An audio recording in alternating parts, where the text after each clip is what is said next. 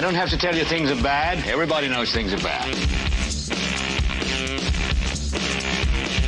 Everybody's out of work or scared of losing their job. The dollar buys a nickel's worth. Banks are going bust. Shopkeepers keep a gun under the counter. Punks are running wild in the street. There's nobody anywhere who seems to know what to do, and there's no end to it.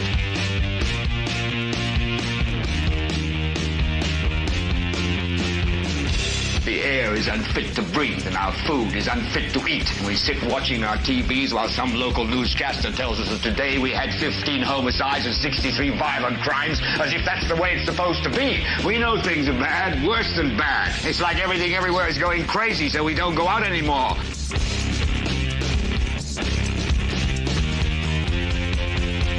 We sit in the house, and slowly the world we're living in is getting smaller, and all we say is, please, at least leave us alone in our living rooms. Let me have my toaster and my TV and my steel-belted radios, and I won't say anything. Just leave us alone. Well, I'm not going to leave you alone. I want you to get mad. I don't want you to protest. I don't want you to riot. I don't want you to write to your congressman because I wouldn't know what to tell you to write. I don't know what to do about the depression and the inflation and the Russians and the crime in the street. All I know is that first, you've got to get mad. You've got to say, I'm a human being. God damn it. My life has value. So, I want you to get up now. I want all of you to get up out of your chairs. I want you to get up right now and go to the window, open it, and stick your head out and yell, I'm as mad as hell, and I'm not going to take this anymore. Where's everybody at? All right, hey, welcome, ladies and gentlemen. This is the 259th episode of the Political Spotlight. My glasses are dirty. Welcome. We hope you guys are doing well. It is Thursday night. It's our Friday, ladies and gentlemen. Woohoo! We've reached the end of another broadcast week. A week full of amazing information that we've brought you guys. We've had a quite amazing action-packed week. Started off Sunday night, pre-craziness, looking into a very busy Monday. We had a busy Monday. Tuesday was the Rudd and Bilbrey and Thornburg property tax breakdown. I don't know what we did Wednesday. Was Wednesday just yesterday? Dear Lord, man, our weeks go so fast.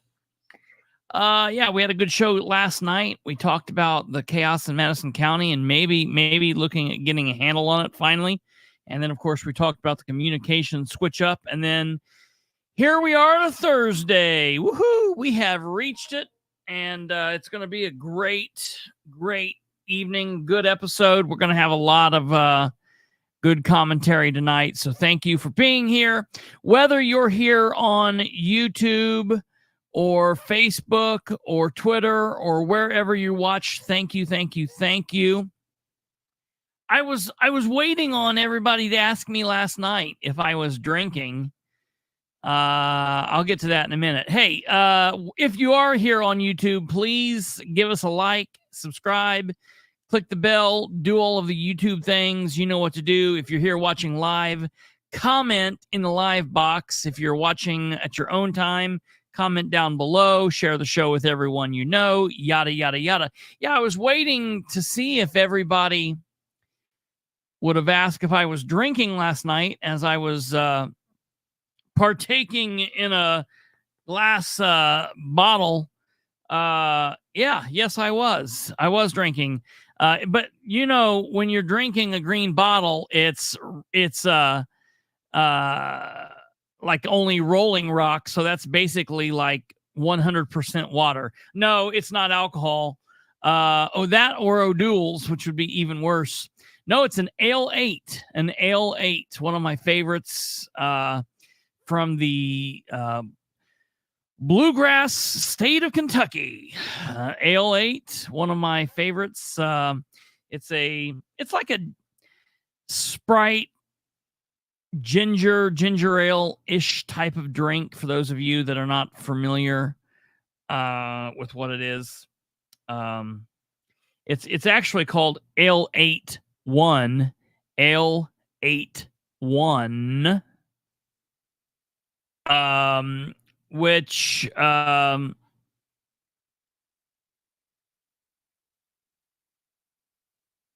is like the hillbilly way of saying a late one. I got a late one. It's an Ale 8-1. Ale 8-1. The reason that they said that was this would have been if they would have got the patent for this, it would have beat like Sprite or whatever, but it didn't, so it was late. A late one. Ale 8-1. Yeah, it's really good. If you've never had it, give it a try. You used to not be able to get it around here. The furthest place south you could get this was like Cincinnati. They started having them in Cincinnati, but a couple years back they started carrying them in the gas stations around here. So it's awesome. Yeah, it's in 1926 my great uncle Lee introduced us to a ginger and citrus soft drink like no other at the Clark County Fair. Best of the Bluegrass in Green Glass is what it's called. From that day on, the indescribable taste of the Bluegrass favorite would be known as a late one, or the latest thing.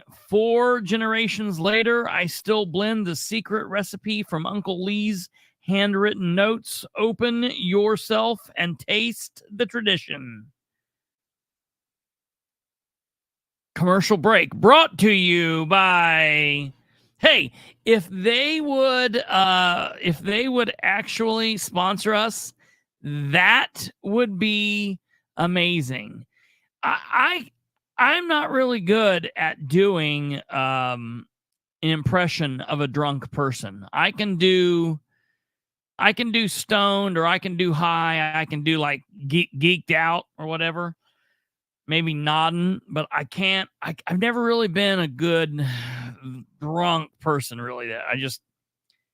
I've been drunk and I've drank lots of times, but I'm just not. I'm a teetotaler. Wait, somebody said I would trust you not to drink on the show. We drink on it. Well, I don't, but Brandon drinks like every time he's on here. That's the whole bit. By the end of every episode, like Brandon's pretty much toasted. Brandon's like drunk every time we're on. So Brandon's actually better.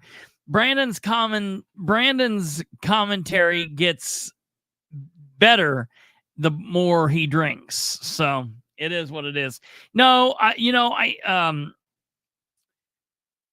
you can buy the Ale 8s, I think in like cases of 6 at the gas stations, but the church my grandparents go to, one of the guys there is like from the Kentucky region, and he always takes them to their carry-ins. And so every time they come back from their church event, they always bring 1 or 2 home. And I stopped there the other day. I was by there the other day, and I was like, hey, you guys have an Ale 8-1 for me? And they're like, they don't like them. And I grabbed it and I drank it on the way home. And I was like, I want some more of those. So I ran down and I bought them. And then I was like, you know what? I'm going to drink one on the air and see if anybody calls me out about drinking. And nobody did last night. It really killed me. No one said anything about it. It always makes me weird when I'm like drinking it and I get out of the car. I always think that like people around me are going to think that I'm drinking and driving. I remember being like really young and drinking the root beer that would come in brown bottles. And when I first got my driver's license, I was like, people are going to call me in because they think I'm a drunk driver. Oh, hey, well, look, we're doing a show. Well, all right. Hey, I hope you guys are doing well. I don't have a whole lot to talk about tonight. We are going to go through some emails. We do have a looming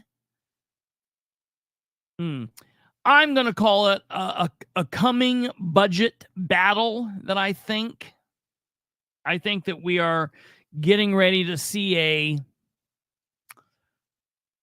coming budget battle. I guess I won't specifically use the word looming financial crisis. That's not my words. Those are the words of the City of Muncie's Controller's Office. Financial crisis. I would not say that. I don't know. But the way that they're acting has me now wondering, are we possibly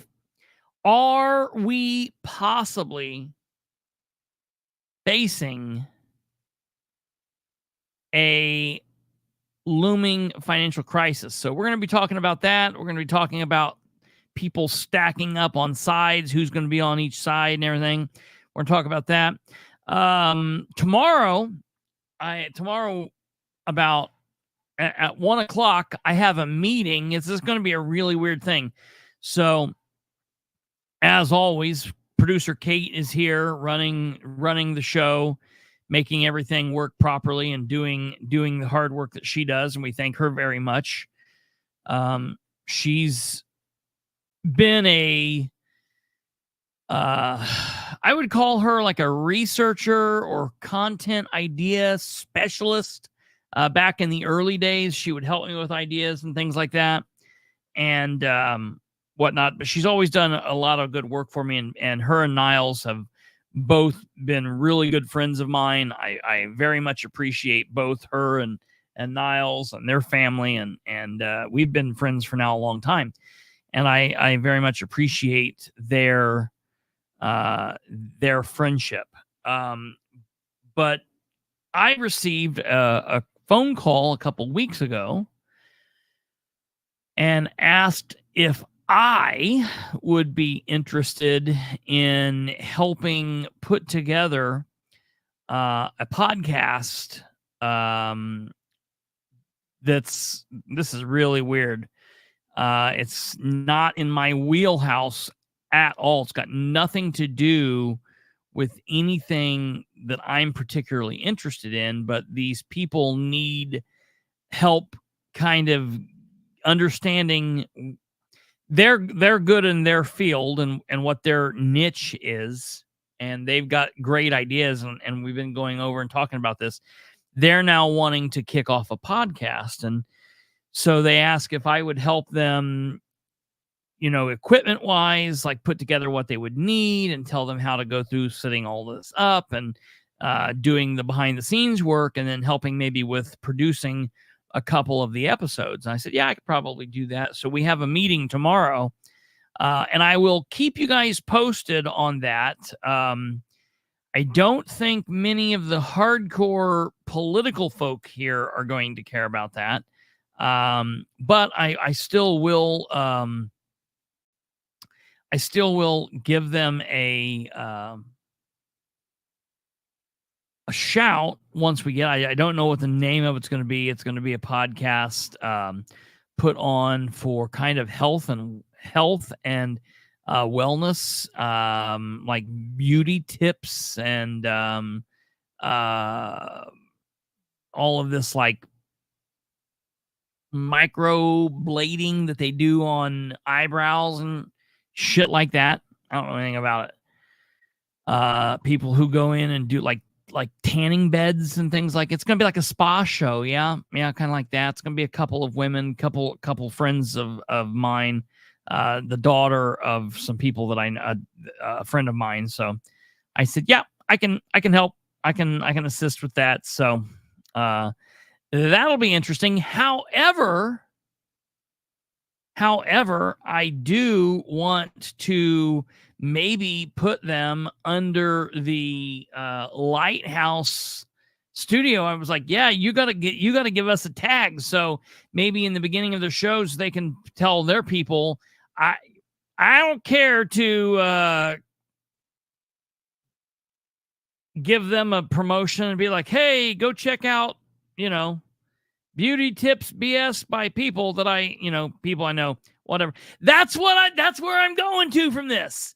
The meeting that we're having is going to be in a place where they do massages. That's what I'm talking about. It's getting a massage. But there's someone there that cuts hair, a couple of them.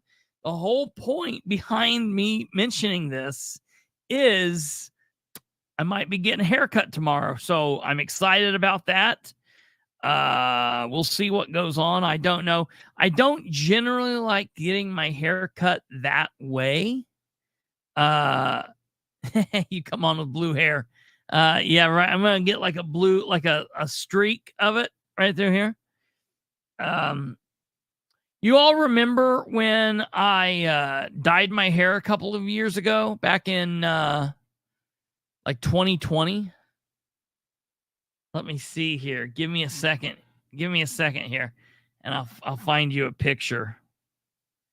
Let you see how comical. Oh yeah. Okay, here we go.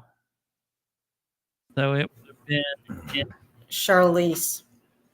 What'd Charlize say? Episode number 1. Bilbrey gets a Brazilian.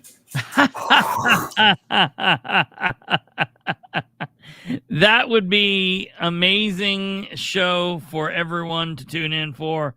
What a horrible ordeal. That would be like that would be an absolute nightmare. Amazing. Okay, yeah, right here we're getting to it. The whole hair dye deal was look at this. This is god awful. Kate, I'm going to send you a picture to put up if you would, please. I'm going to send you 2 of them. I'll send you a chat here. There. And then this one really shows how dark. This one really shows how dark it was. Now, ladies and gentlemen, this was not, I mean, my hair color now is basically what it's been for the last 5 or 6 years. I started growing gray. I started going gray when I was probably like 19 or 20.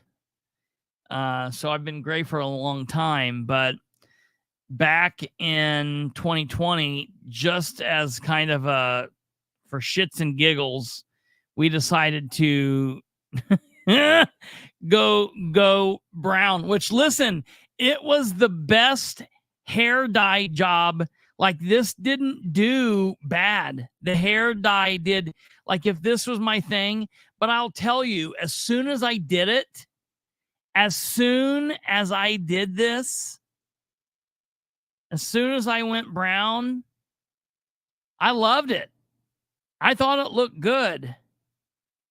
But I was instantly sad because I missed my gray.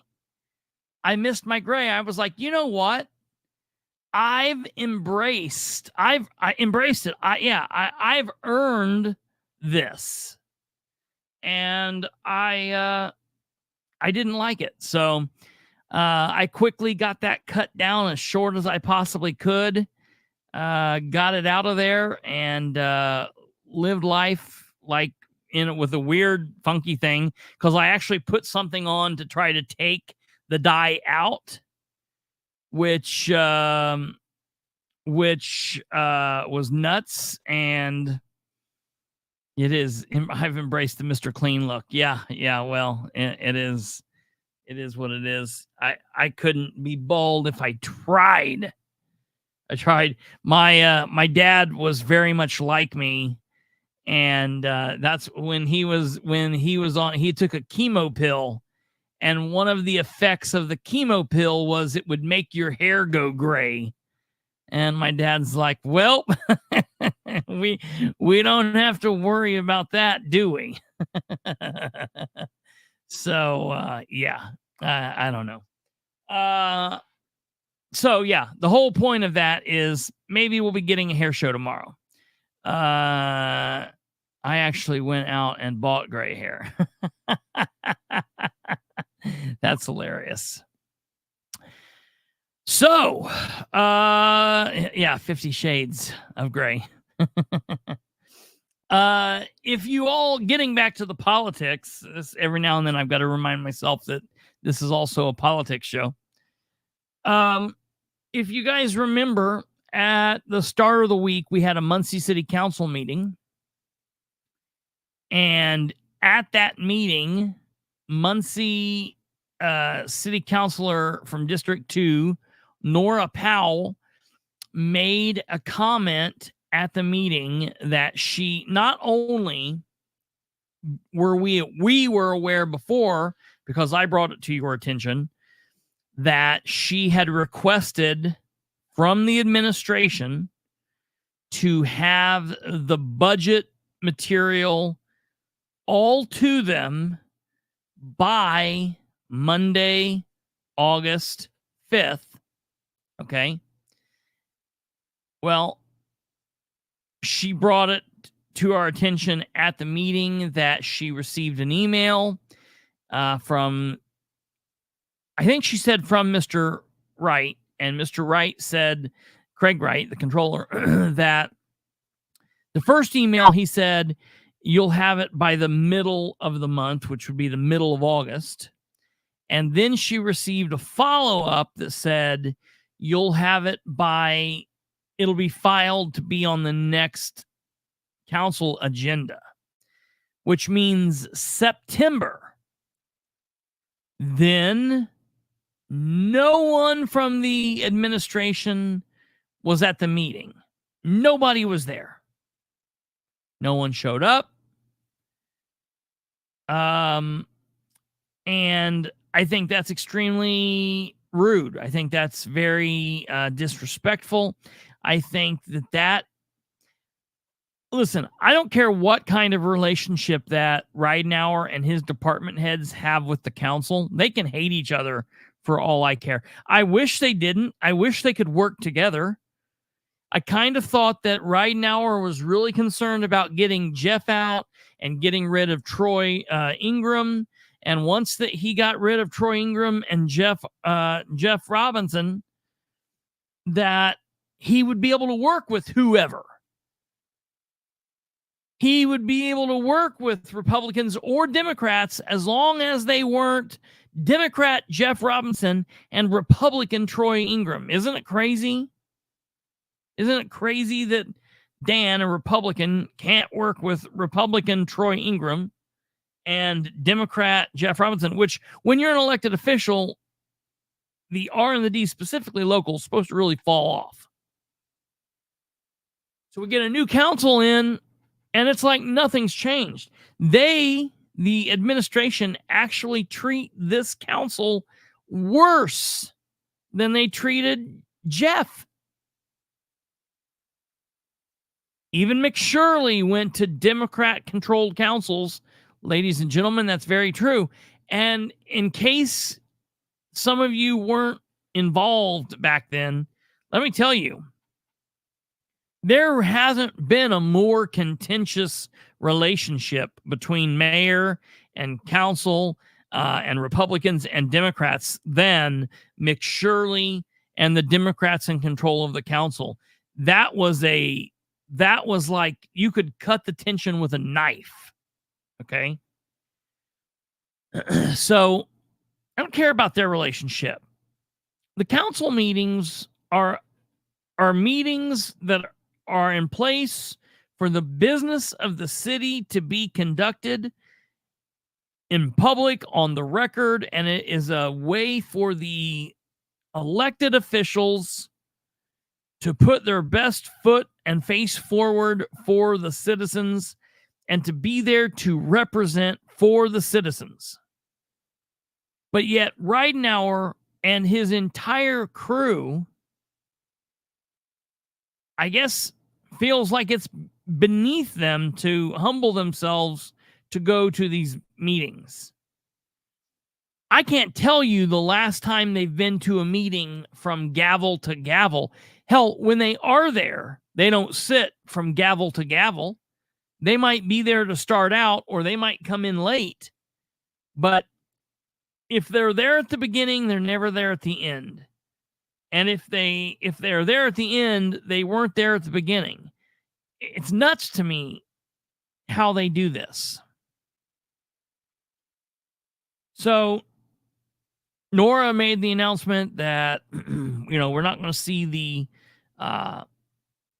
budget, the 2025 budget, until September.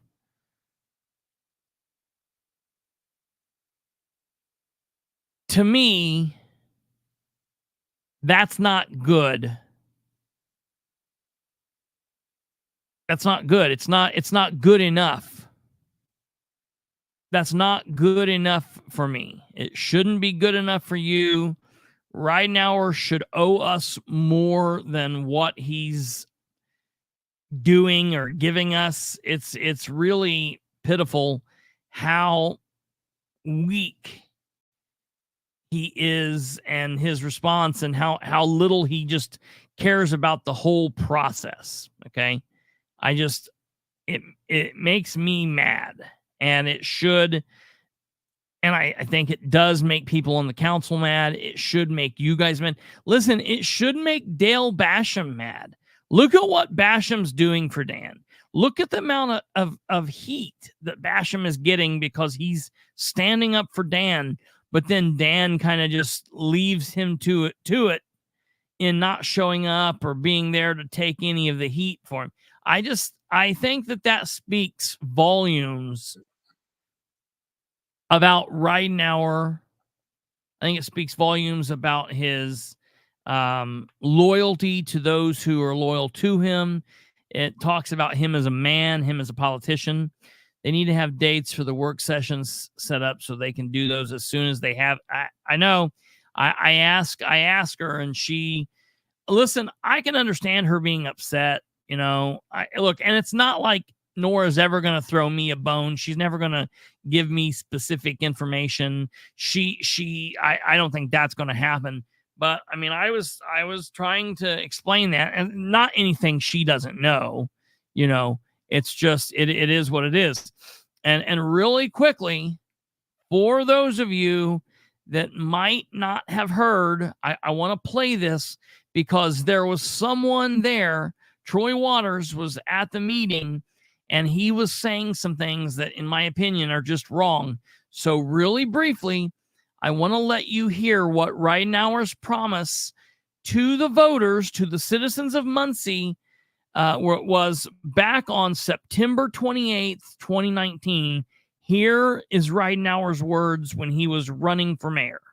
What I will do is I will present a budget to the city council in July of my vision of what I want to do. And then I want to work with the council to help make sure that fits what they're wanting to do and make sure it's a sound budget that can be sustained long term.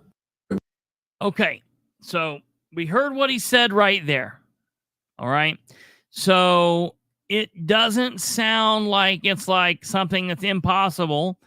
Matter of fact, when he was on the council, he was aware that that's generally what would happen. You've got people standing up and saying, well, this is just too early in the process.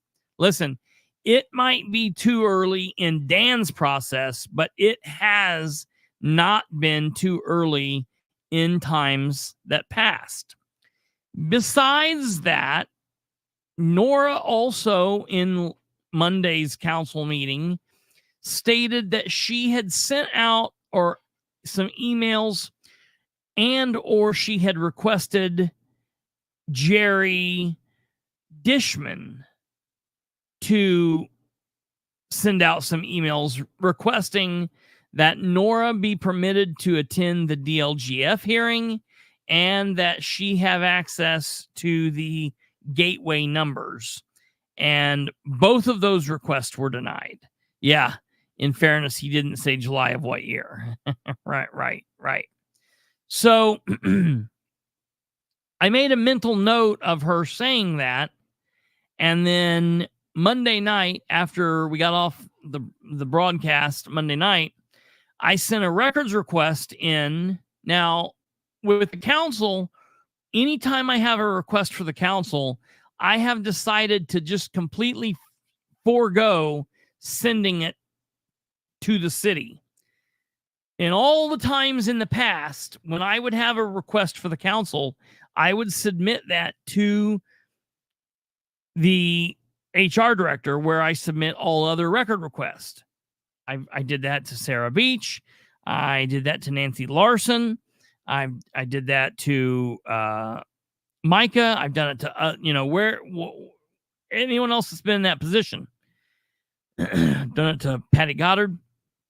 However, since Patty's been in that seat, anytime that I have wanted to send something to the council, I've just skipped all of that and I went straight to Dan Gibson, the council attorney. Anytime I send something to Dan Gibson, he says, hey, almost instantly, I have your request. Okay, cool.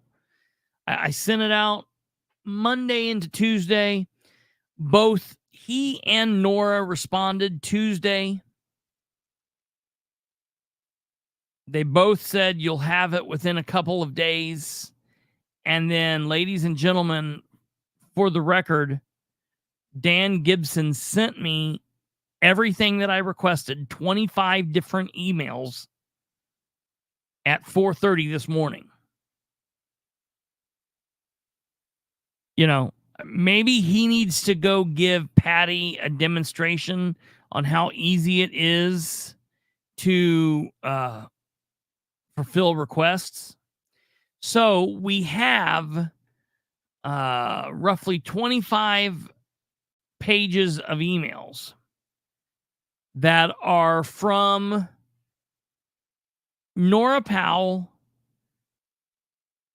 Jerry Dishman, Dan Ridenour, Craig Wright, Belinda Munson, or anyone else involved in the back and forth between Nora and Craig and Dan about this budget stuff. So that's what we're going to go through here. And I'm going to bring this up and we're going to kind of look through what she's been asking for, what she's been saying, what they've been saying. And we're going to see kind of how this is stacking up, who's in the right, who's in the wrong, what's going on here. And we're going to try to get a picture of what's happening. I feel like that would probably be a good thing to do. So without further ado, ladies and gentlemen, here, and this is not specifically in the order in which they occurred. This is the order in which they were sent to me. So we're probably going to have to place them in order and go back. I don't know. It's just how they send them. So the first email starts out, okay, the first email is from Jerry Dishman to Dan Ridenour and to Craig Wright, and he carbon copied the rest of the council plus the attorney. And the subject is budget hearing, and it is sent out on Thursday, July 18th.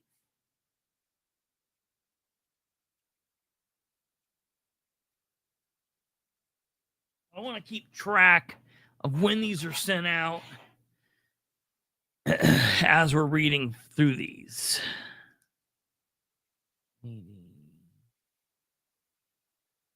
Thursday, 7/18, 11:23 a.m. to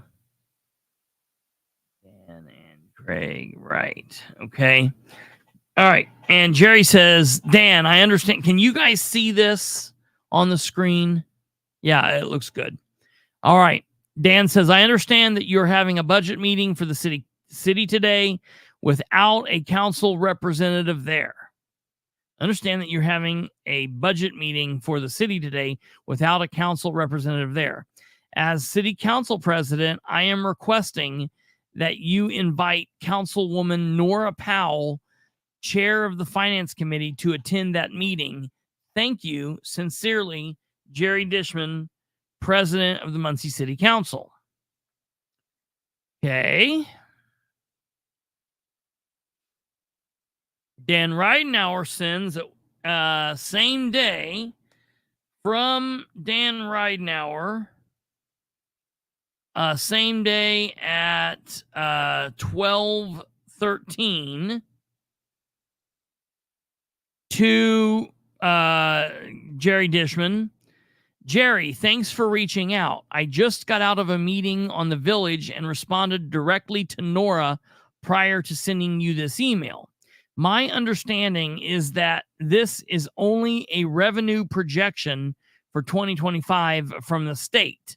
Best regards, Dan Ridenour. Now, what's interesting to me about that is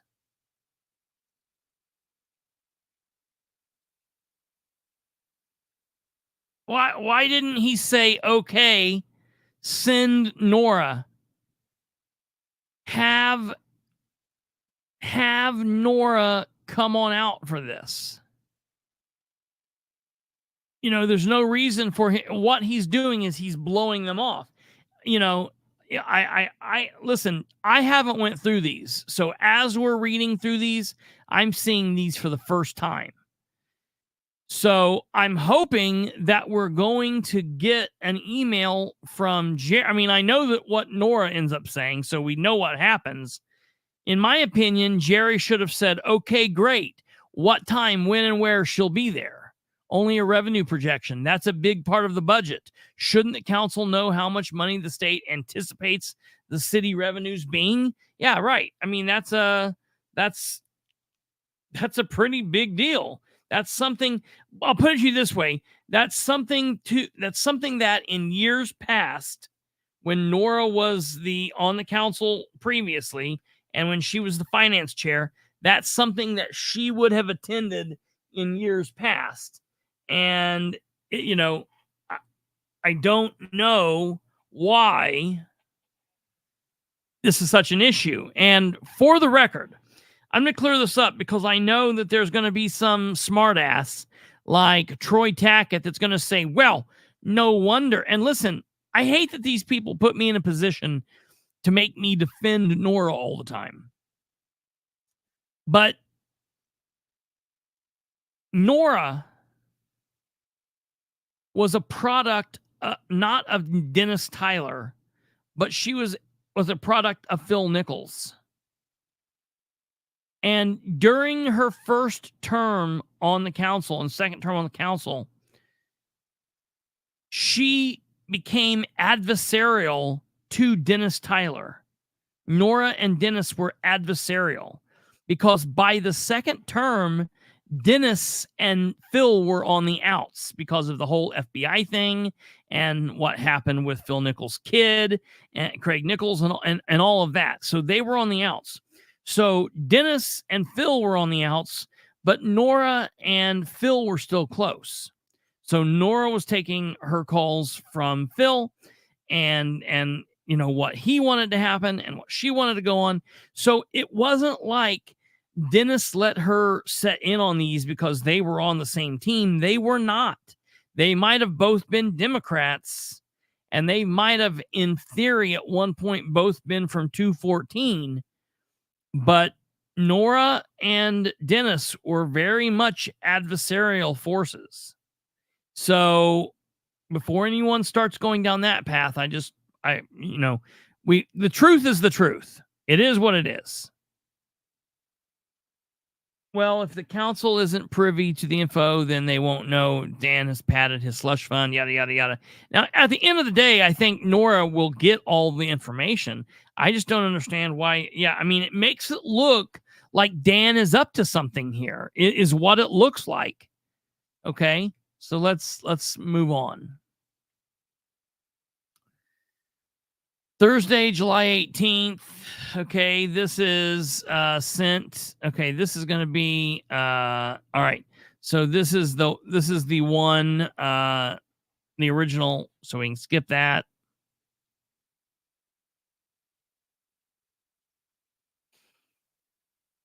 Okay, we can skip this. This is where she sent it. So this is from Craig Wright to Nora Powell. All right. So from Craig Wright on Monday, July 22nd at 10:52 a.m. to Nora Powell and Dan Ridenour.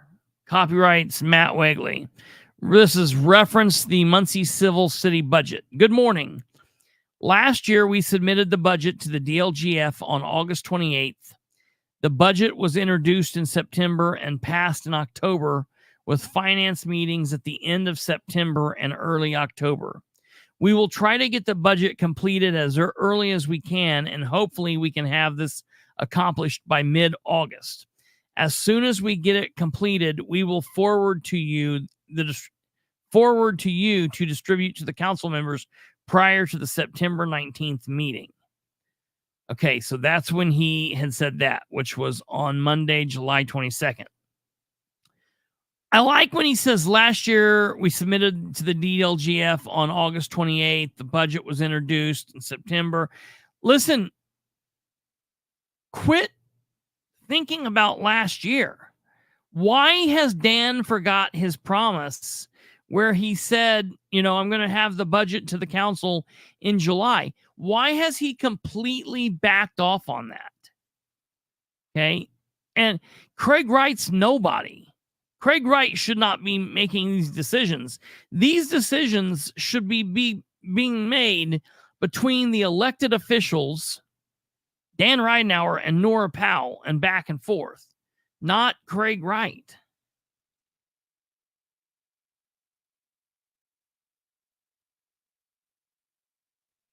Okay, so Nora had sent, so he was responding. This is his response to a message from Nora to Craig Wright that she had sent on Monday, the 22nd, at 10:20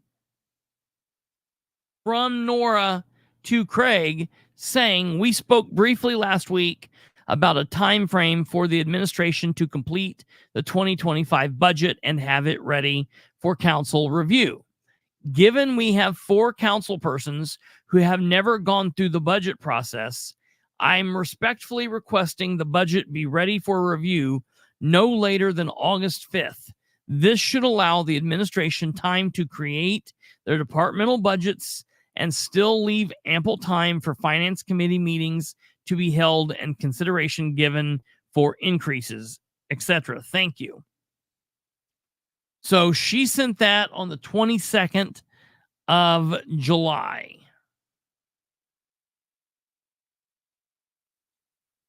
Okay, let me pull up my calendar here.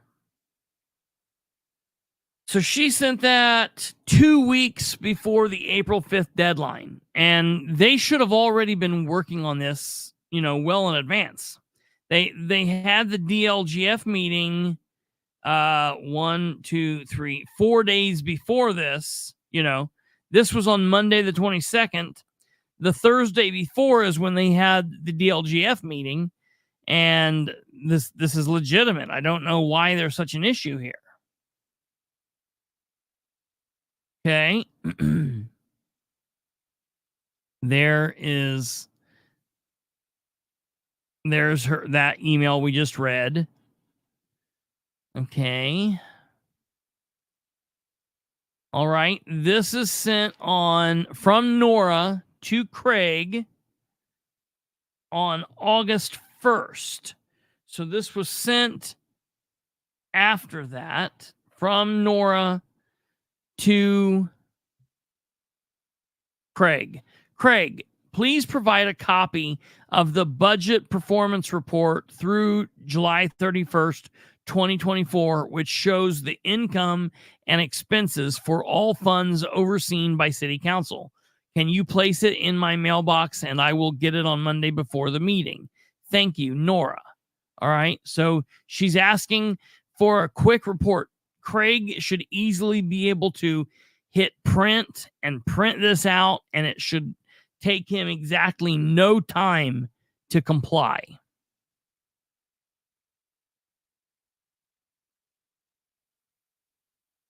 Okay, she sent that at 12:36 on Thursday the 1st. A couple of hours later at 3:21, Craig Wright. Okay, so a couple of hours later, Craig Wright had sent, "It's in your mailbox," to which Nora said, "Thank you, have a good weekend." So after Nora's email here, "Please provide the budget," Craig Wright wrote, "It's in your mailbox," to which Nora said, "Thank you, have a good weekend." That's what that's about. All right, moving on here. Again, we see that message that she'd asked for. Okay, coming on down here next. From District 2. Okay, that's where she sent the email request. Okay, this is sent on Sunday. This is the day before this last Monday's meeting at 1:51. "Craig, I had an opportunity to review the budget performance report. However, it didn't include Fund 104, 105, or 106 or edit." Notice it didn't include the edit fund. Look at that. Hey, notice it didn't include the edit fund. The edit fund is that economic development fund that the mayor just writes checks out of, like, it's going out of style. This is going to be interesting here.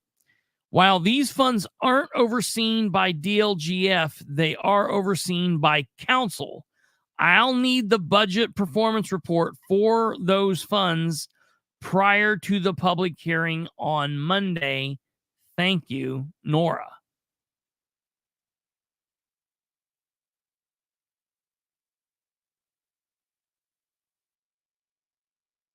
Okay, and she sent that as a follow-up to all of this monstrosity. Let's see what, if anything, came to it. Okay, so here is from Craig to Nora. This would have been after this message here would have been after her message here about the 104, 105, 106, and edit. So Craig says, attached is the year to date income statements. Okay, for whatever reason. Okay, that he sent at 3:47 on Friday. Okay, that was in response to Nora asking just an hour before, "May I have the operating balance for Fund 401 Center Township EMS, Fund 105 MFD COIT, and Fund 106 MPD COIT?" And to that,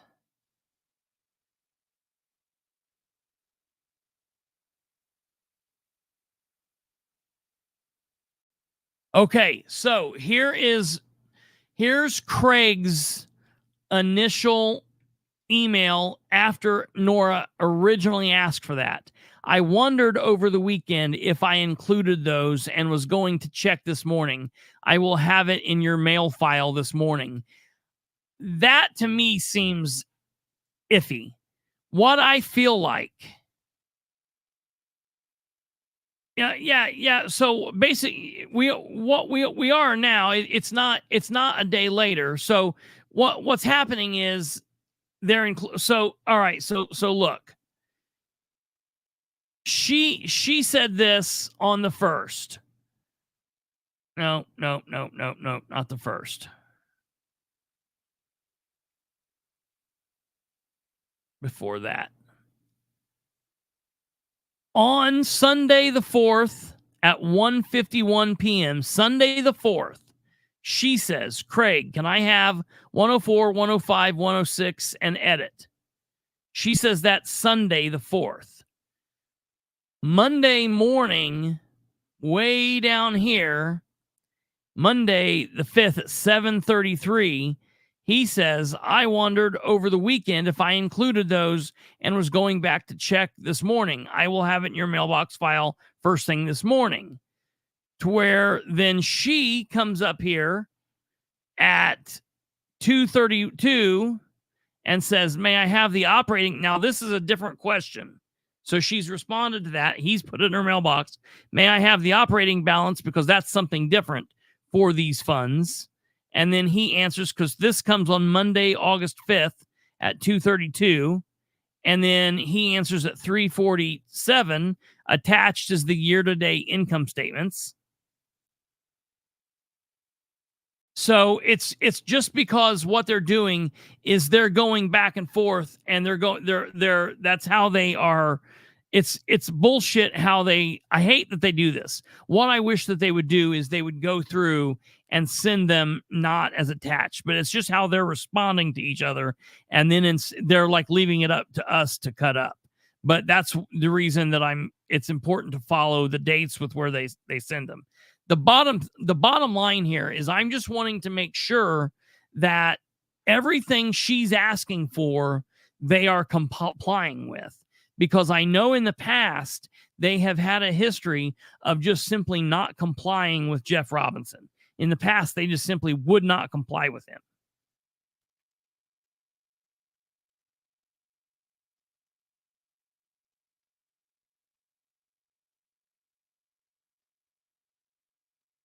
Okay, here we go.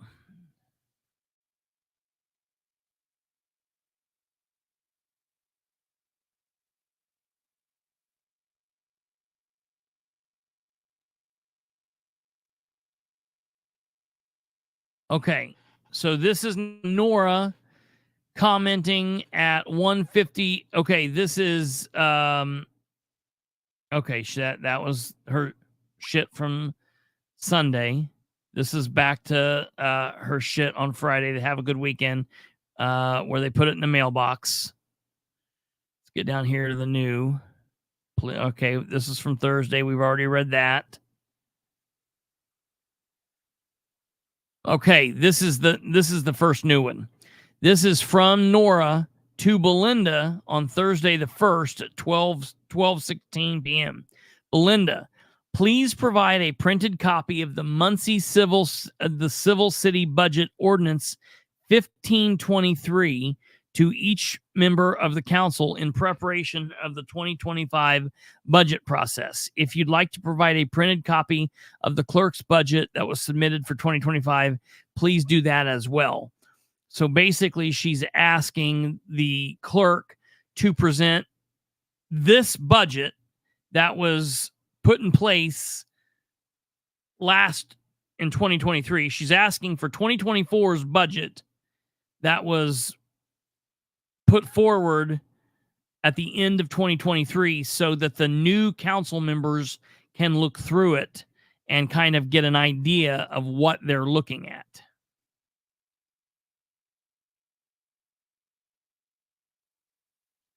Okay, this goes all the way back to Monday, July 1st. So far, this is the oldest email that we've seen. And this is from Nora to Craig on Monday, July 1st at 3:34. Good afternoon, Craig.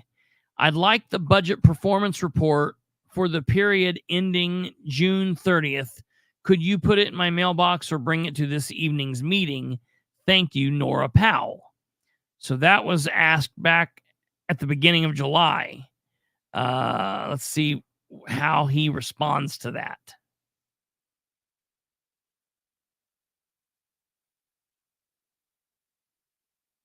Interesting. Maybe we don't have a response. Maybe he just did it because we don't have a response. So that's interesting. Okay. Gateway access from, okay.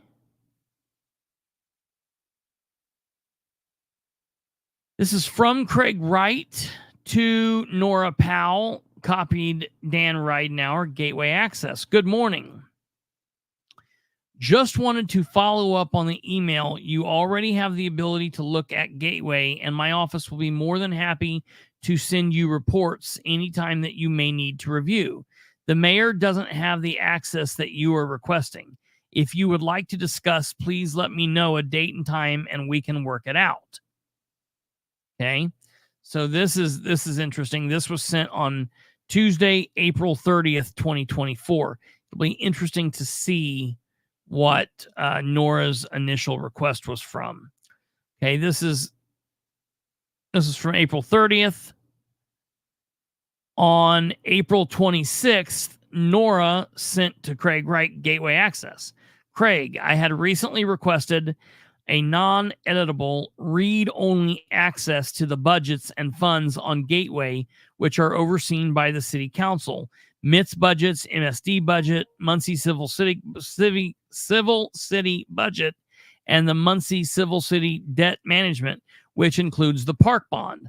I spoke to our DLGF field representative prior to requesting access and confirmed that laws haven't changed since 2020. I had access during my previous term from 2016 to 2019.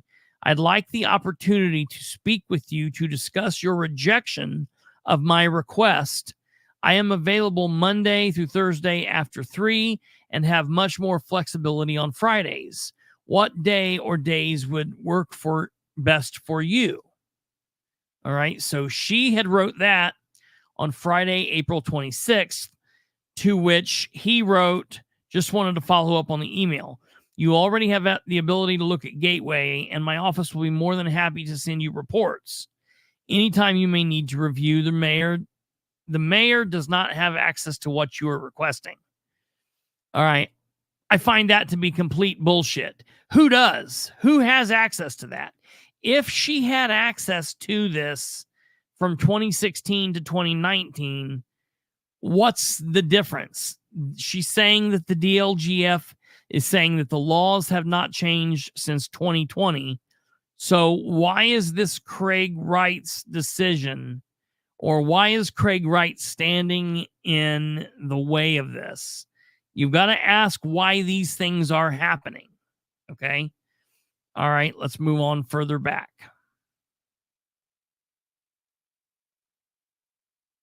Okay.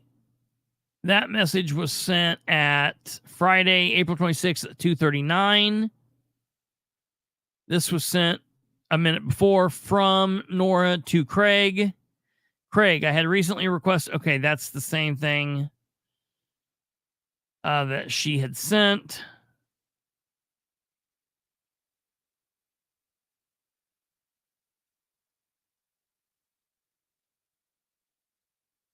But it doesn't look like we, for some reason, are receiving. I'm going to have to tell them I'm missing something. I must be missing her first request and his first denial, unless he called her on the phone or something, because there are no emails to speak elsewhere about this. All right, moving further back. From Craig to Nora, sent on Friday, the 26th of July at 10:56 a.m.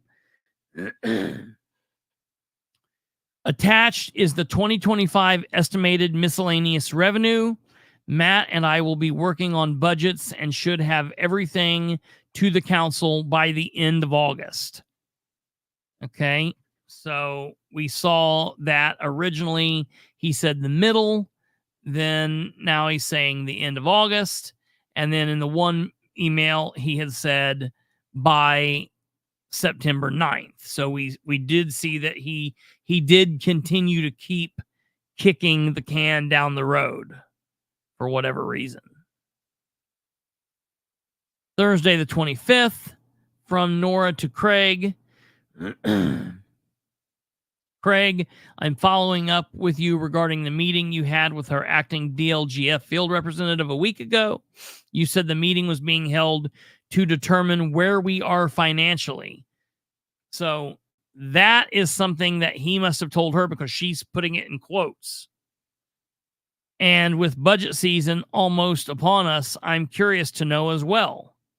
Please send any information she provided to you and Mr. Wegley about our financial situation.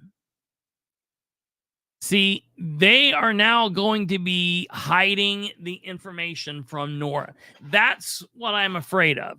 We are going to be seeing a situation where they're doing everything they can to hide information from Nora for as long as they possibly can, just the same way they did with Jeff Robinson, because they are afraid that Nora's already made them look like fools. Nora's already made them look bad.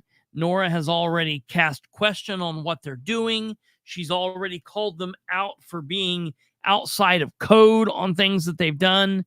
So they understand, no matter if Nora steps up to run for mayor or not, Nora is the elected adversary to Ridenour.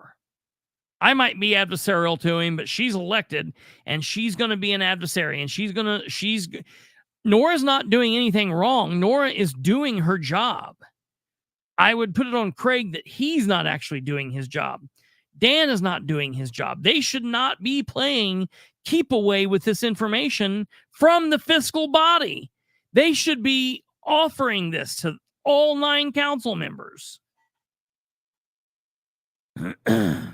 Okay, this was sent on Thursday the 25th.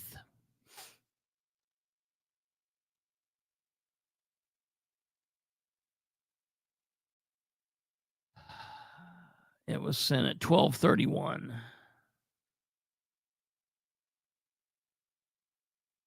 There it is again.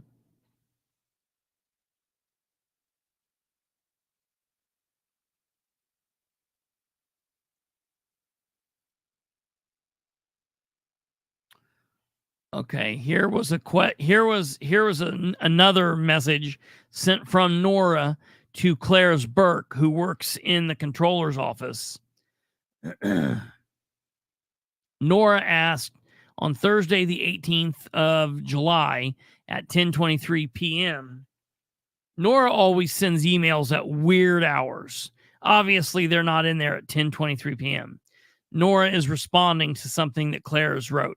Not at all. Thank you for such quick response. Thank you, Nora. Okay. That's because several hours earlier, Claire's right here responded, copies of tax draw. All right. So she sent a file. And that's because Nora had sent on Wednesday the 17th, Claire's Mr. Carroll, the auditor, told me to request this information from you. Therefore, I'm formally requesting a copy of the report your office received from the Delaware County Auditor's Office verifying revenue received by the City of Muncie for our May property tax settlement. If available, please include what the total property tax settlement should have been based on AVs for all Muncie properties if 100% of property owners pay their May taxes. Thank you. And then that's why we see up here, she said, copy of tax draw. Nora said, sorry it took so long. Nora said, not at all. Thank you for such quick response. Thank you, Nora. Okay, so that Claire's is normally pretty fast with things. I got to give her credit for that. And then that's the end of this email chain. So, at the end of the day, we need to ask Nora for copies of every hard copy they give her. Yeah, absolutely. That will be my next request. I want to get the copies of everything. I want to get copies of the files. I want to get copies of the attachments they sent her. I want to get copies of all of that. We are seeing a power struggle setting up here. I mean, let me ask you this. Hold on. I want to go back and see, because GW saying Craig Wright did not respond on the first. I want to go back and see this because I don't think that you're right. I got to take this out of being so. Part of the problem is I had it so blown up. So you're saying that Craig Wright did not respond on the first?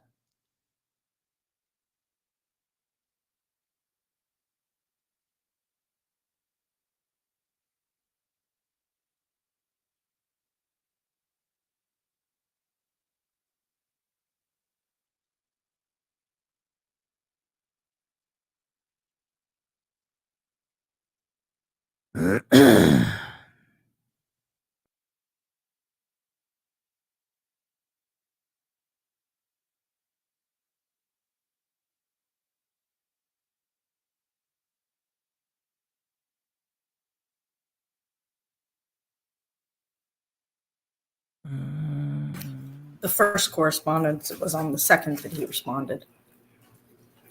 Okay, yeah, all right, yeah, that's right.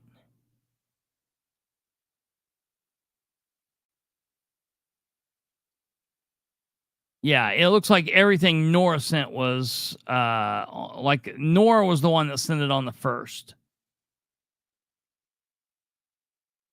What I'll do is I will print these all out and I'll put them in order, which is normally what I do when they send them to me like these.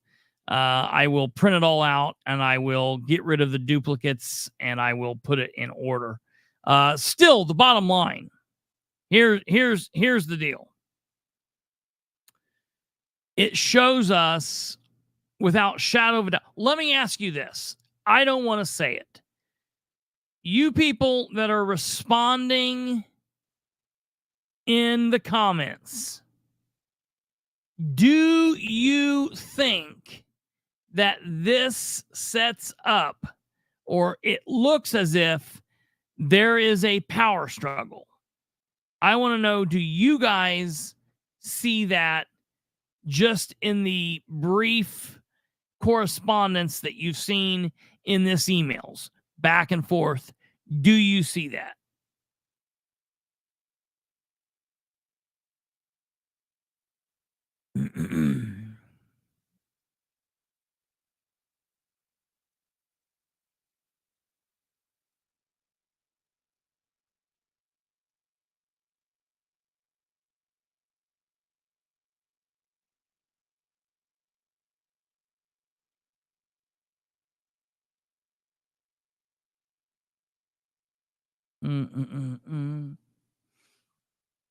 Stonewalling, absolutely.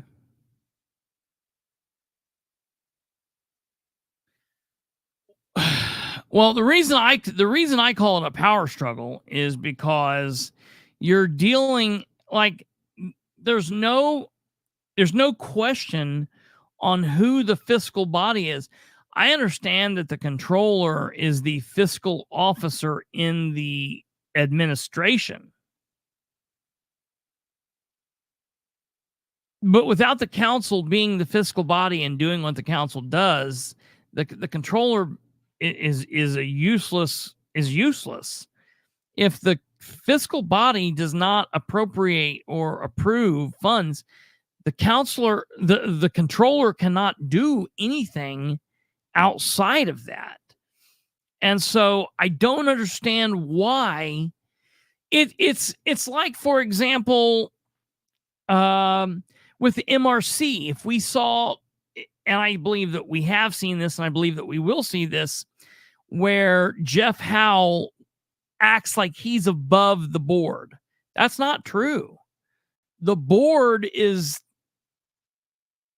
Jeff Howell's job is to respond to the board's wishes and whims. He acts off the board's wishes. The controller is to respond to the mayor, but financially speaking, has very little action if the council doesn't allow the action to occur. I will say a power struggle if Nora makes her own budget and tells Dan to. That's not going to happen.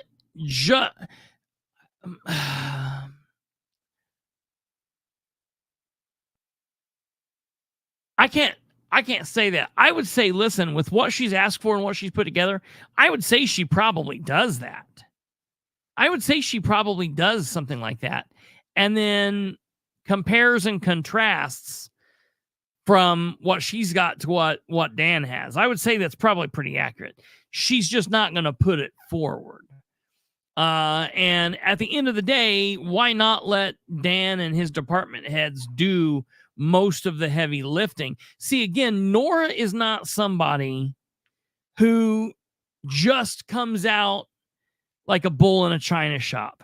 She would much rather allow the chaos to happen and then her to be standing here and saying, see, I told you so.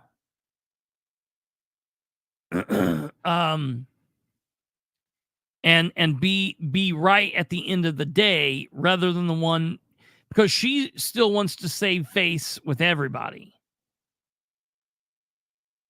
That's the, oh man, that normally doesn't sound good, Alva. I hope everything's okay. I hope everything's okay.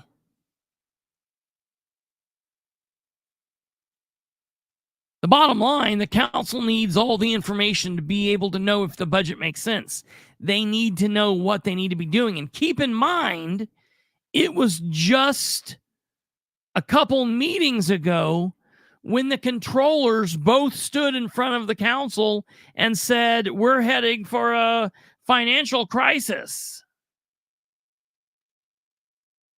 Well, I know if I was Nora, that wouldn't make me feel good.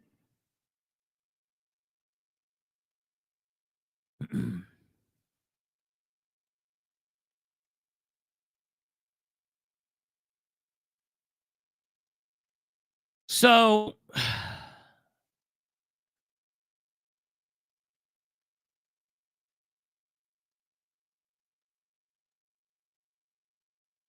I don't know.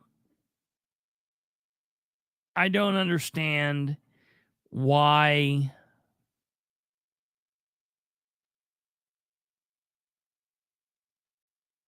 they are pushing back on this, why they are fighting her. Again, this is that thing that I'm hoping Amber can help push Ridenour out of doing, because it's that old analogy that I use all the time. Ridenour comes up to the T road and he has to turn left or right. And every time he makes the decision to turn left or right, every one of those decisions he always makes is the wrong turn. He does not have good instincts. You know what's crazy is very few politicians have good instincts. Very few politicians have good instincts. I see no cooperation between the administration and council. That's the root of the cause. Power struggles the result of the lack of the respect and communication. Absolutely. Absolutely. Ridenour wants to claim all the fame if there is any to be had, push off any negative. And Nora's got a bit of that in her. She's got a bit of that in her. But I do think somewhere in there, Nora also wants to just do good. And Nora realizes that if she does good, it makes her look better. So doing good and playing with everyone nicely tends to be a better look for everyone.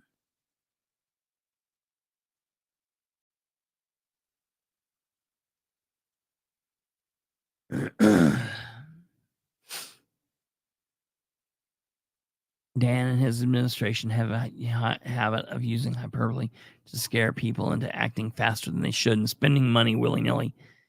I do definitely agree with that. I don't think that's a question. Absolutely, that happens.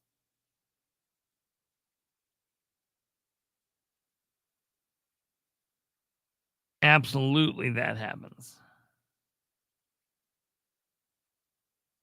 Man, it's going to be interesting to see if they actually have the budget to the council before September.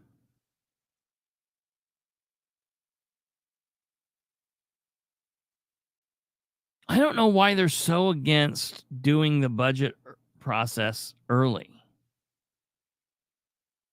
When did they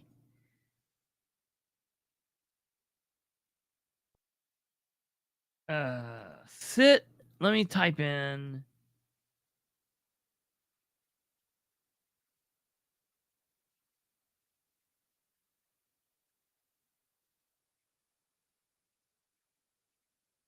All right, give me a second. I know that back in 2019,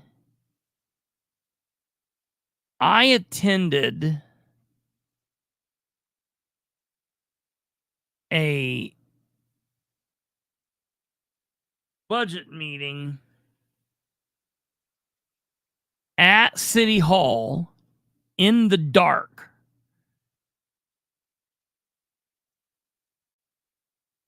Because the power had went out. And let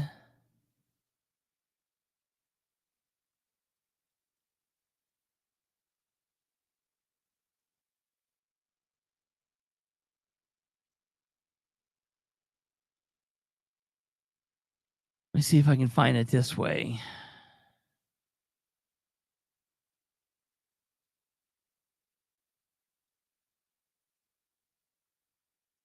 See all photos. Holy crap.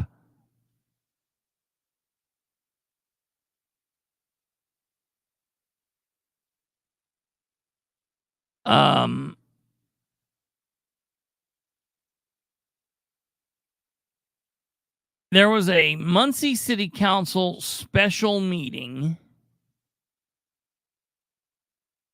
a fiscal body meeting, a county or a city council, the fiscal committee meeting where, yeah, right here. Let me see if this is it.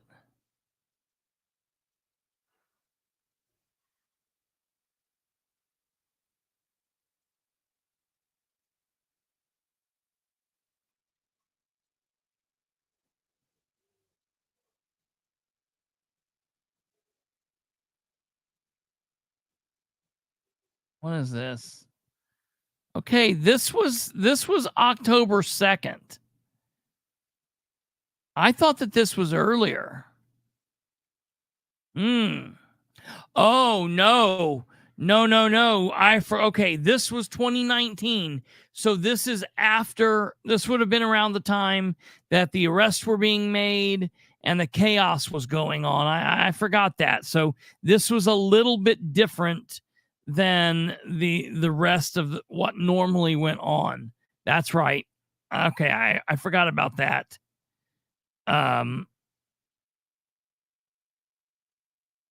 Because this is Dennis Tyler's last year that he was in office. Look at this chaos. Hello there, Robert.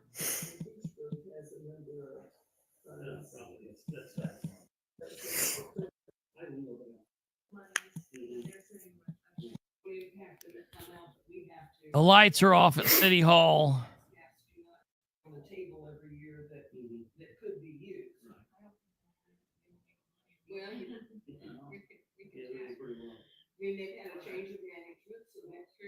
What a weird deal.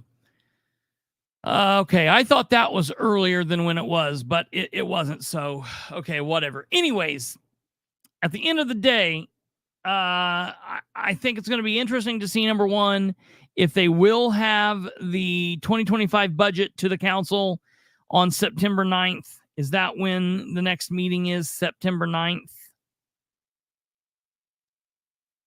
Yep, September 9th is the next meeting. Man, I cannot believe we're talking about Labor Day already. Woo! September 9th is the next meeting. It'll be interesting to see if that's when they will have the budget to them. If they don't, I don't know. I think people should stand up and scream. It'll be interesting to see if the council meeting on September 9th will be important enough to warrant the presence of anyone from the administration, or if they're going to continue just hiding from everyone. I think that will be interesting. And I would like to know, I would like to get an actual response from Ridenour. I'd like to get two things from him. A response from Ridenour on why he would deny Nora or anyone else from the council, for that fact, coming and being a part of the DLGF meeting, and why they are not allowing her to have access to Gateway in the way that she's requesting, since it is permitted by law.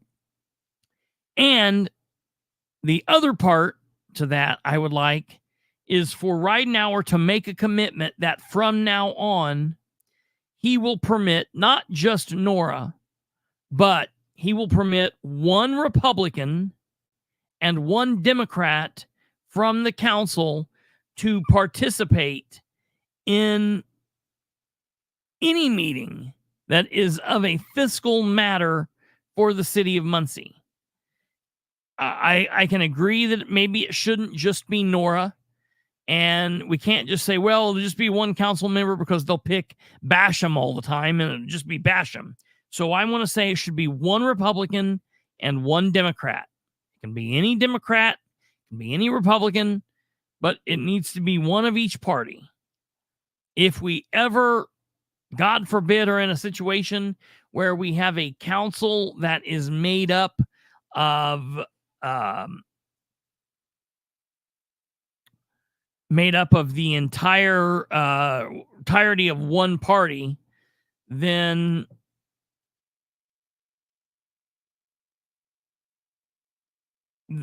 I guess they would just have two council members. But while we have a council that's made up of both Democrats and Republicans, or if we were ever in a situation where we had a libertarian, that you at least have two members of two different parties in the meetings, and they need to do that.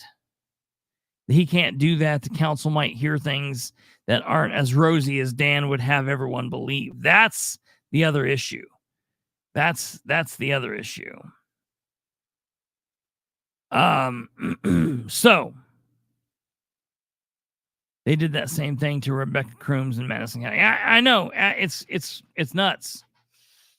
Okay, so enough of that. I think we are coming to a coming budget crisis, budget battle in Muncie that we're going to see. The Delaware County Council's getting ready for their budget ordeal. That's always a very interesting happening. Of course, they're still arguing through the salary deal that they've been arguing, the various different slots and salary descriptions. They're in the process of going through that. I do want to say lastly, before we end here, I was talking last night a little bit about the fact that yesterday, they had Jennifer McCormick on Kendall and Casey. And I want to give everyone a chance to hear a little bit from this. I do want and hope and pray that we are going to be able to hear from both Jennifer and Braun, as we've been able to hear from Rainwater. I want Braun and I want Jennifer both to be able to come on and talk with us.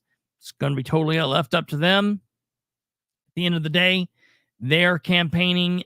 I feel like they need to be in front of as many platforms and people that they can possibly be in front of. And to me, if you're a candidate that cannot be in front of various groups, I have to wonder what you really have going on. So let's check this out and hear a little bit of what Jennifer has to say. The money because we have no money. And Casey Daniels. My government would never lie to me, would they? On 93 WIPC. Good morning. It is Wednesday, August 7th. It's 5 minutes after 11. It's Kendall and Casey on 93 WIBC. Well, Rob, you tasked me with the job. You did it? I did it. A+. Yeah. Jennifer McCormick is joining us in the studio. All right, so here's how we do it. Welcome to the show, by the way. Yeah. Thanks for being here. Thank you. Here's how we do it here. We're like remember the Bozo show? You have a son. You watch the Bozo show growing up. They had the grand prize game at the end. We give you the option. You are aging yourself. Is that not a And thing I don't anymore? even think that was our generation. Let me pause this just for 1 second because Alva has asked a very important question. And that question is, and this is a lot of people want to know this and they don't know this. And this is a good question. Because in the year 2019, at the end of the year in 2019, when they put a budget forward, the council ended up voting down the budget. So this year is 2024. In the next couple of weeks and months, we're going to be working on the budget. If the council, city council, does not approve a budget by November 1st, or if they vote a budget down, then we will go through the rest of the year, and starting at midnight on January 1st, 2025, we will go into the new year under the exact same budget from 2024. Everything just reverts back to 2024. So timeline-wise, we're in 2025. Budget-wise, we're still in 2024. And it will work that way for the remainder of the year. So, yeah, I assumed you did, but that is a good question to let people know. So if the council does not agree and they vote the budget down, they can't approve it, they don't approve it, or it doesn't get voted on by November 1st, then the budget for next year raises and everything for all the departments will remain the same as it was in 2024. So that's what happens there. All right, back to just a little bit. We're not going to listen to a lot of this. We're just going to listen to a little bit of this, and I'm going to give you a little bit of insight because we didn't actually talk about really anything pertaining to Jennifer McCormick when we did our big budget, the property tax breakdown on Tuesday. But go ahead. At the grand prize game, they had the super easy one where you could just drop the ball in. Everybody wins that one. We can do it like that, where we give you a super easy question to start, or we can go right into the hard stuff. Your choice. It's up to you. Well, you are obviously, you had the, you served, you were elected statewide as a Republican. And I'm curious, they took that position away from you. They literally took your elected statewide position running education in the state of Indiana away from you. I'm curious how much that factored into your decision to leave the Republican Party and become a Democrat. Yeah, well, they didn't take it just away from me, right? So I was just the vessel in that position. They took it away, the voice of the people. And I am a firm believer that we do better when we allow people to have a voice in their government. And so when that position was taken away, it was taken away from the people. It had been long standing. And so, it was unfortunate. And I know now we still see times where I'm like, man, I wish there was more of a voice there for everybody across the state of Indiana. But for me, I mean, my decision to leave the party was bigger than that. It was about the lack of fiscal responsibility. I feel like there were a lot of people that were not looking at opportunities for Hoosiers. And I mean, when I say Hoosiers, 92 counties, it was just about a lot of different ways we were operating. I didn't see fiscal responsibility. I didn't see transparency. I didn't see accountability. And so I was like, that's what I thought we were about. I agree with all also that. didn't see an appetite for local control. And I'm a big And believer that's correct. that we do better when our government at that local level is Hell, the strong. Republicans aren't real Republicans. Did they do that because you were a voice against, and whether people agree with it or not, you were a voice against a lot of education initiatives in the state? Did they say, we don't like someone not being a team player, so we're just going to take it away from the people? You'd have to ask those who took it away, but I think it's been a conversation Can for you not hear decades her? where they were wanting to move away from that. Indiana was one of the few states that still had it separately elected, which again I think was great because it was one more voice for the Hoosiers across the state. But I think it was a bigger conversation than just when I was in office. It was even when there were Republicans that were or when other Republicans were holding that office, they were having the conversation. So, yeah, I think it was longstanding chatter that just came to fruition. What is education policy now? This is your area, right? Like you were a superintendent before this. What the Republicans seem to me to be almost like schizophrenic on their policies. On one hand, hey, we got record money going to charters and private school because they say, well, hey, public education's failing. Then it's record money to public education. Do you know what the Republican strategy is on dealing with education in the state of Indiana? I don't think they know what their strategy is. And I'm a firm believer that when you implement policy, there should be a review process. So what we do in Indiana is we pass a lot of policies, and some are good and some are bad. And we never review it to say, what do we need to continue with and what do we need to back off of? And that is huge. I mean, there should be an implementation plan with a strong fiscal plan that is accurate, and then also a review process. And Indiana doesn't have that. I'm glad we have the process that we have to have a fiscal impact statement when we look at legislation, but there are so many things with the Indiana, with the educational policy that desperately needs reviewed. I mean, obviously 20 years of a supermajority has not resulted in good results. Well, yeah, and I've had this theory for years that the best thing for the state may be if we get somebody other than a Republican in the governor's office, because then it gives somebody to fight with, and then maybe we'll get better public policy.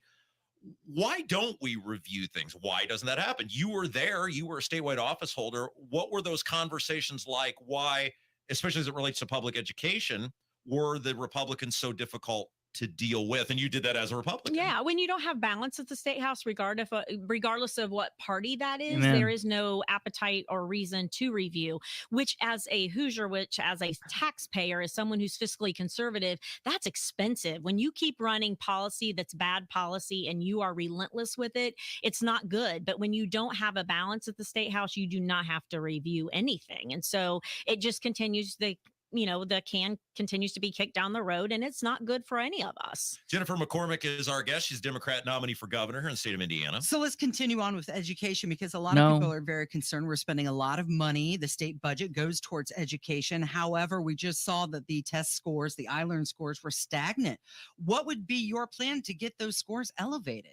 Yeah, first we need to look at what's happening in that assessment realm. So when we look at trend data, we are looking at inaccurate pieces because we keep changing the assessment at the tune of $40 to $60 million every time we do that. So that is in itself a waste of money. So we need to look at, can we get some true trend data to compare apples to apples? Those scores are not where we want them, but we really have no solid ground on what to base that on because we have changed the test over and over because of the legislative body that wants to keep changing that. And here we are again having that conversation, and we just spent hundreds of millions of dollars to switch it over, and we're going to do it again. So although those results are not where we want them, there's not great data to tell us like what exactly are we looking at. Now at the local level, they do have the data, but the state will refuse to look at that data. So it is concerning. We need to look at it, but again, it goes back to policy. It goes back to making sure we're comparing apples to apples so we can actually improve education. Okay, if you have the data and you do look at it, how long would it take to implement any changes? Well, I mean, that's a great question because we need the data to see where we are and with an accurate snapshot. And once we do, I don't think it's this 3 to 5 years to turn things around. I think we can do things immediately. I taught special education. I know what that takes to do the intervention piece, but you have to have a commitment to that and you have to have properly trained people. We're sitting at 3,300 teacher openings. And so that too plays into this conversation, regardless of, whether we want it to or not. But so talk about teacher compensation, because I believe that you've said you want to get all teachers up to $60,000 a year. Absolutely. Absolutely. And it can be done. I mean, it would have to be a prioritization with our fiscal pieces. $1.6 billion goes away from our traditional public schools into our voucher program, which is a whole other conversation. But that money, if you think about if that money were put back into a system of students that were 90% of our families are attending, it would certainly help. But getting those dollars up and getting those dollars directly into the classroom has got to be the goal. Some of our districts are already there, but we have the haves and the have-nots because of the way the system is set up. Okay, you mentioned vouchers, so let's talk about school choice and vouchers. Where are you with that? I am not opposed to school choice. I'm really not. I think it's good when kids have the option to go to a school that is the best fit for them. What I do oppose is going against the Indiana Constitution, which is very clear on the school system that is funded in the state of Indiana is the public school system. And we can have that debate because a lot of people think that's not what it says, but my interpretation is that's what it says. But, again, public education, 90% of our families attend it. But when you have a huge amount of money that's going away from those schools, my county, Henry County, loses $1.6 million a year to vouchers, and we lose about 4 kids. So when you look at that, you're like, all that money we're losing, those are expensive single digit numbers to lose that kind of money. So those monies are flowing away from the traditional public schools and not staying within those communities. And then schools are forced to run referendums, which also brings up outside the tax cap conversation. So starting this year, there's a school in Lafayette, Vinton Elementary, I believe. They're starting a 4-day school week for not only the students and the teachers. Is this something that you see being more prevalent going forward? Honestly, this is a test run. And honestly, I think it's very much dependent upon the community, but I certainly hope not. And one reason because of that is because of our workforce. Our workforce is stronger when we have options for childcare and for school options. And so I hope that's not where we have to go. Colorado did that for a while. Oregon's done that for a little bit, and it's not been good. I mean, you have to really weigh the cost savings, but I know schools are being forced to do what they need to do. I think it's good for kids to be in that academic setting, for a lot of various reasons. But I also know too, for our workforce, we have to have some options. Jennifer McCormick is our guest. She is the Democrat nominee for governor of the state of Indiana. She is still in one piece. She's made it through one whole segment, Casey. I know. It's always our goal to return people exactly where they came from. Is not insurance. All right, we're going to get into Go the where the second. pros go. Drexel Interiors for 19. Current property tax system. All right, here we go. So obviously we need to take a look at what's happening, but we cannot look at property taxes in isolation. I mean, our taxing system is complex, and so it needs to be reviewed all at once. And I know I give the General Assembly credit. I know they have a commission that is doing just that. I mean, they had the 2-year task of doing that review. I will be curious if we see something come out of that and what comes out of that. But I am committed to, we need to take a look at that. We will be having a plan come out, but here's what I won't do. I won't lie to Hoosiers and say we can cut it all without options of revenue, because our towns, our cities, our schools, our libraries cannot survive on if we just start cutting taxes with no revenue replacement ideas. I did hear you talking about marijuana. I'm like, let's go. So you're full legalization. Well, I didn't say that. Here's what I would say. It's time we have a well-regulated industry. Start with medical, learn from states around us, not just around us immediately, but around the country who have done that, and make sure that we're doing it in a smart way. Learn from those who have done it well and also those who have not done it well, and then look at rolling into recreational, so that we have revenue sources such as that, which is a big one, that we do need to have that conversation. I know the listener, when I was listening out in the lobby, it called in and said, it's time. And I think most Hoosiers would agree with that it's time. But the property tax issue is huge. I do come from a farm family. I want you to hear one last thing she says here. Of the impact it has at the school level, because that was my life for so long. And so people are being forced to do things outside of the property tax caps. And so that plays into what's all happening at the local level. But how often do you hear about property tax? Because Braun's been in here, Rainwater's been in here. They say this is all we hear about. When you're crisscrossing the state, how often do you hear about property taxes? I hear about it some, but not as much. I hear about taxes holistically, but not just property taxes. I mean, I hear about gas tax, I hear about income tax, but just the topic of property tax, just singularly, not usually. It's usually the whole conversation about taxes. And that is including, we are packing our town halls, and many people that are coming are Republican. Now, obviously, they're more moderate Republicans, and no one likes to pay taxes. Nobody wants to, I mean, everybody wants to hang on to their money as much as possible. And most people I've met want government out of their business as much as possible. So I want to be clear. Are you in favor of any reforms for property taxes? I am in favor of that. And what that looks like would have to be in a very, very complex view, because it's not just about taking away those taxes without considering review of revenue. I think one of the things people like, and I've been a local elected official, so I can say this. All right, that's where I'm going to stop it there. If you're interested in listening to more of what she has to say, you can find that on WIBC on YouTube on Kendall and Casey. That was recorded on Wednesday, August 7th, and it's in the last hour of the show. So you can listen to that if you're more interested in checking that down. Here is what I'm interested in. To me, it's interesting that you have Mike Braun and his team who are out there hitting the streets, driving around, and while they have been hopelessly lost on the issue of the property tax and property tax reform, saying, oh, it's a local issue, they still have been saying that they're hearing about it nonstop. Rainwater and his team, who have been out crisscrossing the state and talking to folks and out there talking to as many people as possible, they are saying it's all we're hearing about. Property taxes, property taxes. I'm hearing about it from like everyone that talks about state politics and local politics and every other bit of politics that there are. I hear about it constantly. But they ask her and she's like, I'm not hearing about it that much.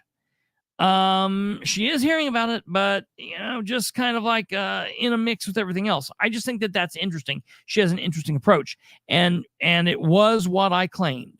She did say that she's concerned they're going to put a plan forward, but she wants to take a look.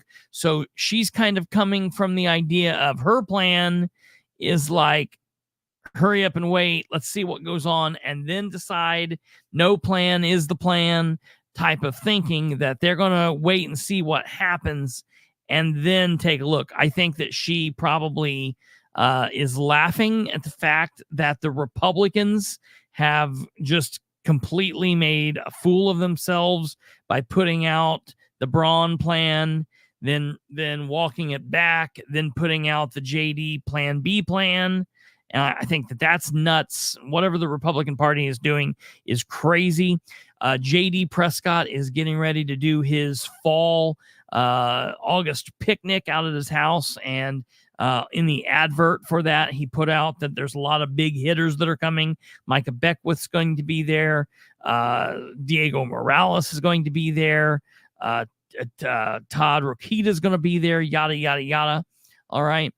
And so what that tells us, to me, it looks like the Republican Party is okay with JD. So what that looks like is the Republican Party is not so happy with that Braun plan, and they're kind of poking at him with this, which to me, Brandon and Kate and I were discussing this earlier in our group, and Brandon said basically what this does is this sets us up just for another, this is going to be like Holcomb 2.0. It's going to be another situation where we're going to have another Republican in here, which is not going to be able to get anything done with the state house and the state Senate, even though both the state house and the state Senate are super duper packed with super duper Republican friends, but they are friends of who? Friends of no one, because they're not friends of the Hoosiers out here. They're not out here taking care of us, but they're also not taking care of the governor. So we're going to be in a situation where the governor can't really get anything done. Holcomb's going to be a mess. That's why we have to put our weight and our support and our vote behind Rainwater. Rainwater, Rainwater, Rainwater, Rainwater. Rainwater has to be our pick, folks. It was good that Micah won the nomination. That sent a clear-cut message to Braun and to the Republicans at the State House, I would hope.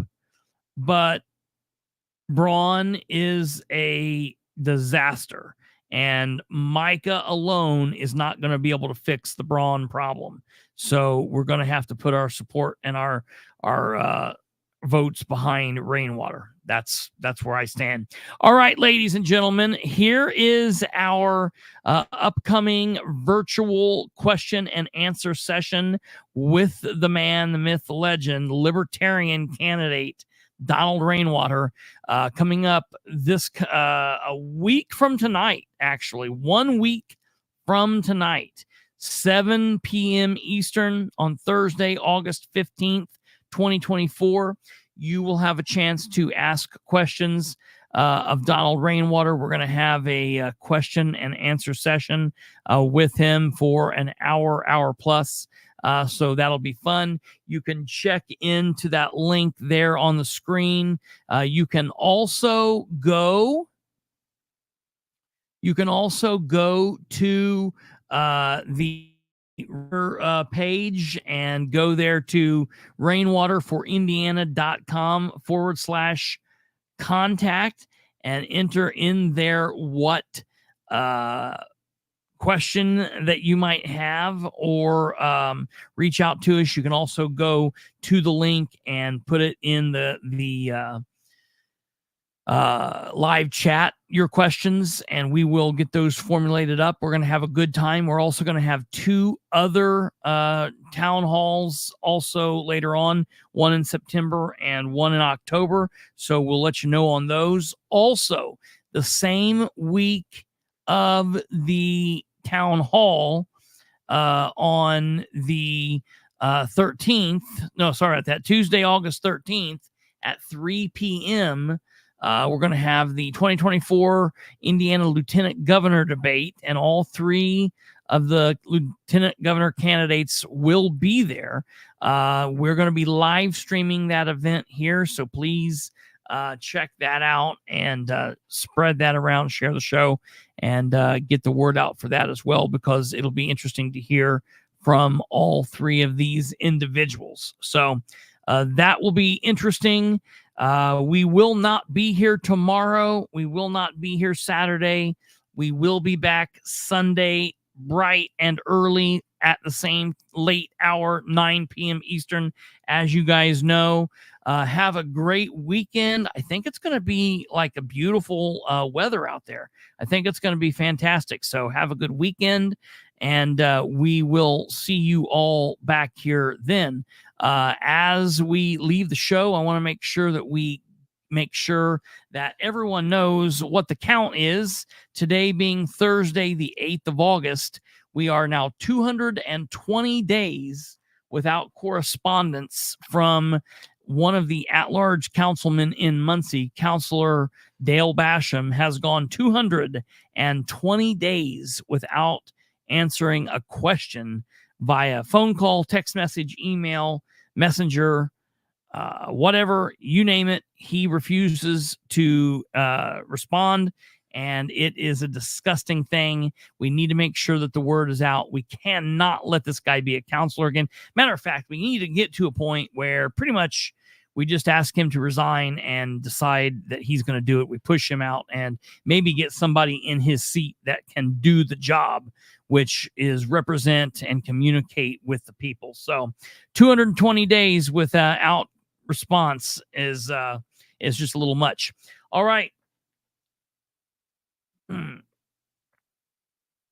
If you would, please give us a like, subscribe if you haven't, spread the word, share the show. You guys take care of yourselves. Have a great weekend. God bless each and every one of you, and we will see you Sunday night, 9 p.m. God willing. Good night. God bless. Goodbye.